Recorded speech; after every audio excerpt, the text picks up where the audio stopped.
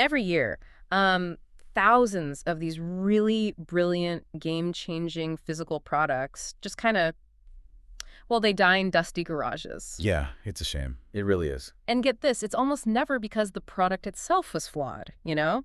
It's usually because the inventor didn't understand how to format a master carton barcode, or calculate wholesale margins, or navigate some massive 100-page vendor compliance manual. Right, the dreaded compliance manuals. Exactly. I mean, you can have the most innovative sporting goods prototype in the world sitting right there on your workbench, but the chasm between that workbench and the brightly lit shelves of a massive national retailer, it's vast.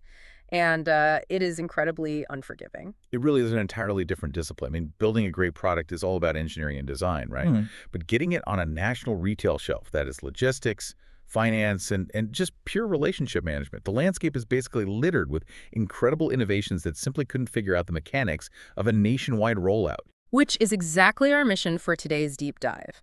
We are unpacking a step-by-step masterclass on how to actually cross that chasm. We'll be utilizing this amazing playbook provided by Retailbound. Oh, yeah, the Johann Jacob guy. Yes, authored specifically by Johann Jacob, who's, a total retail veteran. He's helped brands launch and scale in over 150 different retailers across North America. But today, we're focusing his framework on one highly coveted, very specific target: getting your product into DICK sporting goods. It's the holy grail for a lot of brands. But we should probably establish exactly what is at stake when we talk about a target like DICKS. I mean, founded back in 1948, this isn't just some big box store. It is a titan of the sporting goods industry. Right. We are looking at a footprint of over 850 stores nationwide, operating with a massive, highly integrated omni-channel strategy. Landing your product in their ecosystem doesn't just mean moving inventory. It provides this level of instant consumer credibility and visibility that can just, well, it can fundamentally transform the trajectory of a brand. Okay, let's unpack this, because getting on a shelf isn't just about having a cool widget, it's an entire ecosystem. You don't just walk into a corporate headquarters, hand a buyer a cool prototype, and walk out with a six-figure purchase order. No, absolutely not. I wish it were that easy. Right. There is a massive amount of groundwork required before you ever send that first email. Yeah, and that groundwork is really about shifting your perspective from the idea phase into the actual market reality phase. The Retailbound guide makes it abundantly clear that you cannot successfully pitch a buyer if you don't intimately understand their specific merchandising strategy. Which makes sense. Exactly. I mean, DICKS has a very curated focus. They lean heavily into team sports equipment, outdoor and camping gear, fitness equipment, and of course, athletic apparel, footwear, and accessories. But beyond the actual categories, you have to look at how they position themselves. Right. They focus on high-quality assortments and exceptional customer experiences. So it's kind of like applying to college. You wouldn't send a generic essay to a highly specialized engineering school and just hope for the best. That's a perfect analogy, yeah. And to actually understand that assortment, you can't just casually browse their website for 5 minutes. You have to analyze the shelf space, whether that's physical or digital, like you're a competitor. You need to look at what they position at eye level, what gets those big end cap displays, and what white space is currently just empty. Yes, the white space is key. Like if you want to pitch a new fitness roller, you have to ask yourself if your product actually fills a gap they currently have. Or are you just trying to displace a legacy brand that already has massive sales velocity? Because that's a tough battle. It's a huge battle. You are ultimately trying to solve a problem for the buyer. Does your SKU offer noticeably better performance or, a more compelling value proposition? Or genuine innovation compared to the item sitting right next to it? And equally important, you have to deeply understand the end consumer. DICK serves a very diverse but specific demographic. Right, because the person actually using the product isn't always the person swiping the credit card at the register. That is a crucial distinction. Are you targeting the youth athlete who influences the purchase, or are you targeting the sports parent who is actually managing the household budget? Oh, yeah, the parents hold the wallet. Exactly. Or is your target the hardcore outdoor enthusiast or just the casual weekend fitness consumer? A buyer fully expects you to know exactly who is walking down that aisle and picking up your box. And that brings us to the foundation of the entire pitch, which the industry calls retail readiness. Retail readiness. Okay, let's dig into that because on the surface, it sounds like standard corporate jargon, but the playbook treats it as this non-negotiable checklist. It really is the ultimate barrier to entry. Look, Yeah. a massive retailer expects vendors to be scalable from day one. You aren't learning on their dime, right? Right. Retail readiness means your product meets all major safety and compliance standards for its category, period. No exception. None. It means you have professional packaging designed for a physical retail environment, not just some generic brown mailer box you use for e-commerce. You must have a demonstrable, reliable supply chain, sophisticated inventory forecasting, and most importantly, your business model must already have competitive retail pricing and margins built right into it. Wait, DICS has a massive, highly successful private label business of their own. Aren't I just walking into the lion's den? Like, if I pitch them my brilliant, innovative idea, how do we stand out without making ourselves a target? Aren't we basically just acting as an unpaid R&D department for their private label team to eventually knock off? That's a common fear, but if we connect this to the bigger picture, you'll see why achieving true retail readiness is actually your primary defense mechanism against that exact scenario. Okay, how so? Well, yes, private labels are a cornerstone of modern retail strategy. But developing, manufacturing, and managing the inventory of a private label requires significant internal overhead and risk for the retailer. Right, they have to do all the heavy lifting. Exactly. When you walk in with a rock-solid supply chain, tight inventory forecasting, and totally compliant operations, you are offering them a turnkey revenue stream. You're proving that you are a zero-friction partner. So you are basically saying to them, hey, I can make you money today with none of the operational headaches of manufacturing it yourself. Precisely. Operational maturity is a massive value proposition. A giant retailer highly values a vendor who can reliably deliver volume without causing logistical nightmares. That reliability is something a private label team just can't instantly replicate without taking on significant risk. Wow. Okay. So you aren't just selling the physical product. You are basically selling your company's ability to act as a flawless logistical extension of their business. That's exactly it. All right. So once you've done that homework and the math checks out, you actually have to get the buyer's attention. How does a relatively unknown brand cut through all the noise and actually get in the room? So the guide highlights a few main avenues. There is the direct route via the DICK supplier portal, though that requires a very, very sharp pitch to stand out in such a crowded digital inbox. A more dynamic approach is hitting the trade show circuit.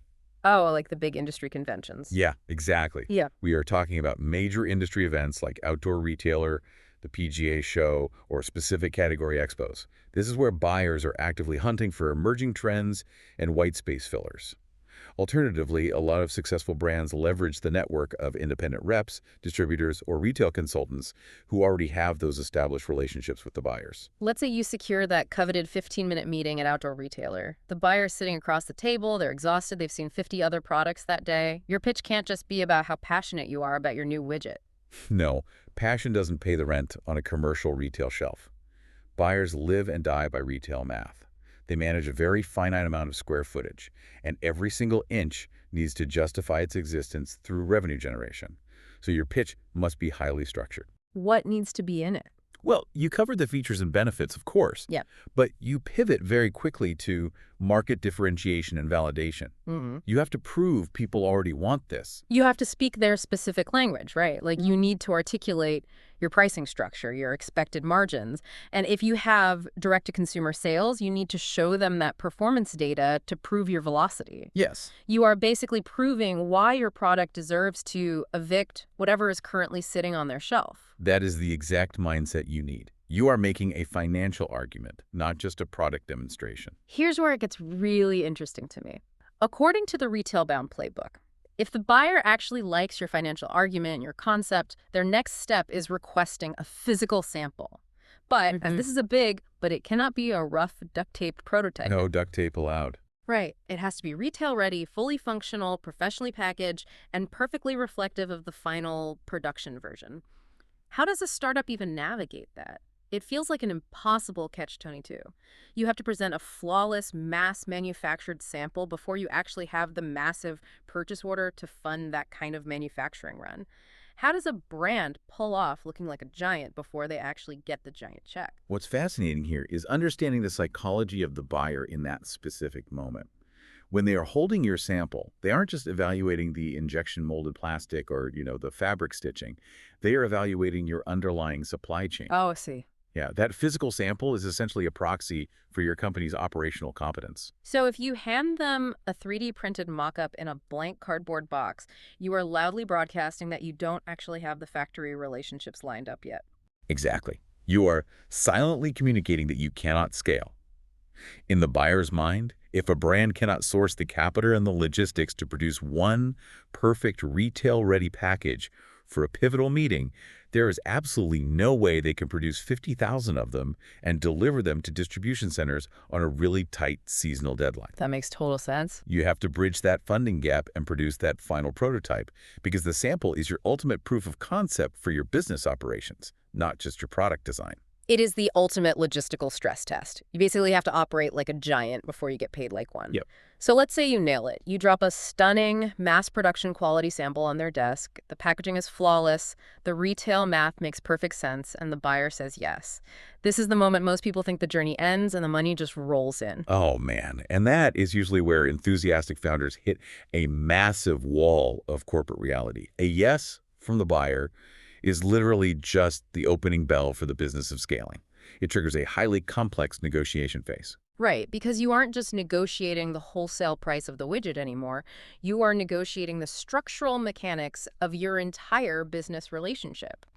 The guide points out that purchasing discussions cover payment terms, which, that can dictate your cash flow for the whole year. Oh, absolutely. It covers freight and logistics responsibilities, merchandising expectations, and promotional support. Yeah, a buyer might ask you to fund end-cap displays, pay for targeted digital ads, or participate financially in category features.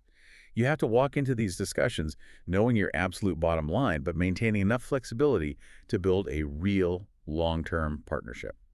And all of this culminates in the formal vendor agreement. It sounds kind of like getting married, but instead of prenups, you have routing guides. That is hilarious, but honestly very accurate. And this agreement includes purchase order terms, strict delivery schedules, and the most intimidating part of the entire process, routing guides and compliance requirements.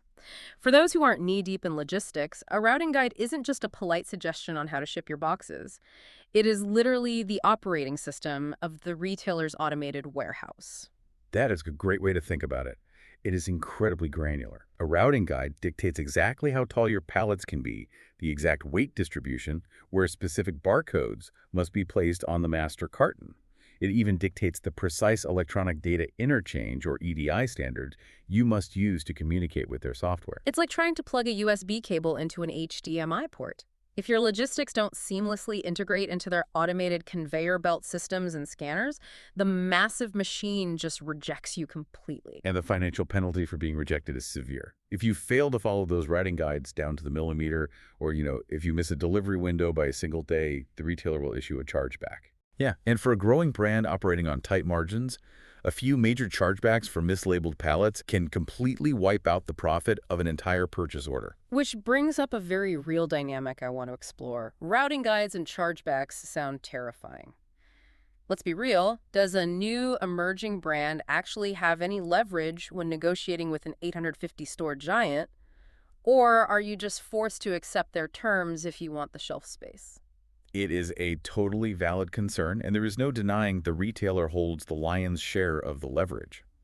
However, sophisticated retailers are not in the business of bankrupting their vendors. Right, that wouldn't help them either. Exactly. They want a healthy, resilient, and sustainable supply chain. If you have executed your homework properly and proven that your product fills a highly profitable white space on their shelf that no competitor is currently capturing, well, that velocity is your leverage. Because if you go out of business trying to meet their draconian terms, they suddenly have an empty spot on their shelf right before the holiday season. Precisely. Empty shelves cost them money and foot traffic. Flexibility is a two-way street. If you demonstrate that you are a rational operator bringing genuine value and consumer demand to their stores, there's usually room to negotiate terms that allow both the retailer and the vendor to thrive. Okay, so you survive that. You sign the agreement, you integrate perfectly with their routing guides, and your product is finally beautifully lit on the shelf at DICK Sporting Goods. You take a picture, frame it, and retire to a beach, right? Not even close. Getting on the physical shelf is actually just the starting line. Wait, really? Yeah, the retailer provided the real estate, but you are now expected to drive the traffic. The playbook makes it painfully clear, doesn't it? The hustle never stops. You are basically renting billboard space inside their store, and if you want to stay there, you have to run your own marketing engine. You have to leverage your social media, deploy your email lists, and heavily invest in influencer and athlete partnerships just to push your audience into their physical locations. You are also responsible for generating PR coverage and actively encouraging consumer reviews. Your overarching goal is to prove yourself through velocity.